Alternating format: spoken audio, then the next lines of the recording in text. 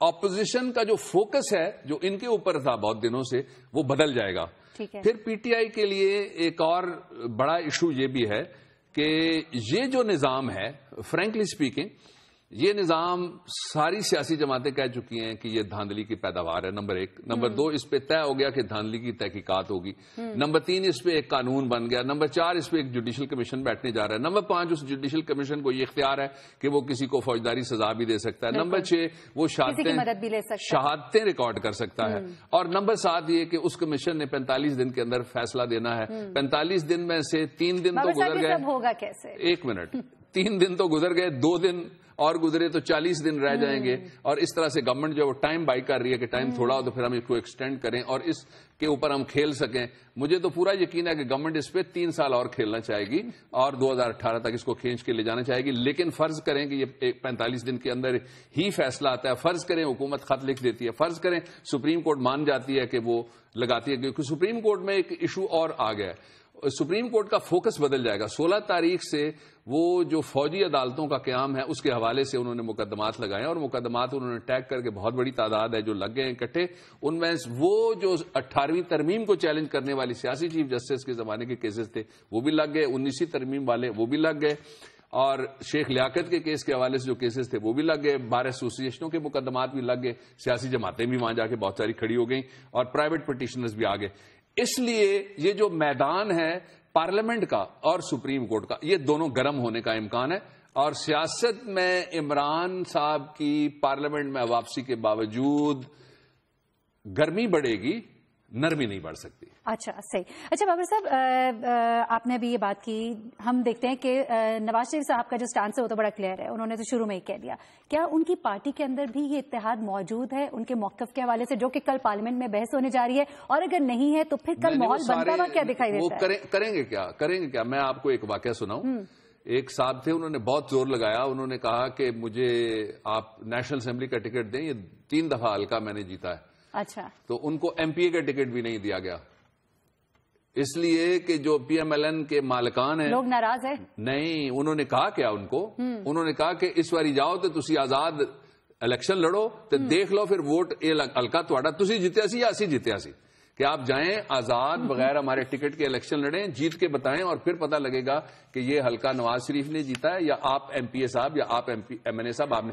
اس لیے میں نہیں سمجھتا کہ کوئی ایسی ڈائسنٹنگ وائس اٹھ سکتی ہے جس کو کوئی سنے گا, ایسی آواز نہیں اٹھے گی سرکاری بینچوں میں. ایک سوال اور کہ بلاول بھٹو زرداری نے کل اپنی تقریر میں یہ بات کہی کہ نہ یمن کے معاملے میں ہمیں ساتھ لیا گیا اور نہ ہی یہ جو جوڈیشل کمیشن کا معاملہ ہے اس میں ہمیں کچھ پوچھا گیا. ناراض نظر آتے, پیپلز پارٹی اپوز کرتی نظر آتی ہے؟ نہیں, یہ تقریریں ہیں بلاول صاحب نے کہی, میں نے تو نہیں سنا, لیکن آصف صاحب نے جو کہا وہ میں نے تھوڑا سا سنا. انہوں نے کہا ہم ان کے ساتھ کھڑے سنا تھا اور وہی پالیسی ہے.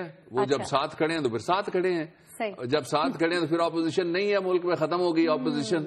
جب ساتھ کھڑے ہیں تو اس کا مطلب یہ ہے کہ حکومت کی ہر قیمت پہ حمایت کرنی ہے. پھر کون سی بحث, پھر کون سا اجلاس, پھر کون سا مشترکہ, اور پھر کون سی پارلیمنٹ, اور پھر کون سی ڈبیٹ, اور پھر کون سا ایجنڈا, اور پھر کون سی سیاست. یہ سب پھر مکا ہو گیا نا جی ساری. جب مفاہمت ہو گئی تو مفاہمت کا مطلب ہوتا ہے سودے بازی. اچھا بابا صاحب, پس پردہ کیا چل رہا ہے؟ پس پردہ جو کچھ چل رہا ہے وہ اب نکلنا شروع ہو جائے گا, اس کی رفتار تیز ہو جائے گی. اچھا. میں نے کراچی کے حوالے سے کہا تھا کہ یہ 100 دن انتہائی اہم ہے کراچی کی جو ریسنٹ ہسٹری ہے اس کے اندر, اور یہ 100 دن ہماری جو پاکستان کی مین سٹریم پالیٹکس ہے. دیکھیے آج عمران نے کیا کہا ساتھ, انہوں نے کہا 70 لاکھ ووٹ اس گورنمنٹ نے اپنے حق میں ڈالے. ساری سیاسی جماعتیں کہتی ہیں کہ سارے الیکشن ڈسپیوٹڈ ہے. اس کے ساتھ ساتھ یہ جو تھوڑا سا آپ کو نظر آیا تھا نا دھرنا ہٹنے کے بعد, جو امن و امان بیانات کی حد تک بھی نظر آیا تھا, اس لیے کہ ایک دوسرے کے آمنے سامنے نہیں آتے تھے. جب آپ ایک دوسرے کے آمنے سامنے ہوں گے, اسمبلی میں ہوں گے, تو پھر آپ کو بات کرنی پڑے گی نا, پھر آپ کو طے کرنا پڑے گا آپ عوام کے ساتھ کھڑے ہیں یا آپ بھی مفاہمت کا شکار ہوگے جو وہ نہیں ہو سکتے. اس لیے گرمی بڑھے گی. اور جو کل کا اجلاس ہے اس اجلاس سے اس کا آغاز ہو جائے گا اور ٹون سیٹ ہو جائے گی. اور اس کا سبب یہ ہے کہ ایسی پارٹیاں ہیں جو چاہتی تھی کہ کسی قیمت کے اوپر پی ٹی آئی پارلیمنٹ میں واپس نہ آئے. جہاں میں نے کہا اندر ورکر کو بھی مایوسی ہوئی ہے, اسی طرح سے ان کو بھی مایوسی ہوئی ہے. ساتھ ساتھ وہ بھی چاہتے تھے کہ ہٹی سڑے قرار دی ਜਿੱਥੇ ਨੀਵਾ ਨਿਤ ਬਲੇ ਤੇ ਕੁੱਤੀ ਮਰੇ ਫਕੀਰ ਦੀ ਜਿਹੜੀ ਚੌਂ ਚੌਂ ਨਿਚ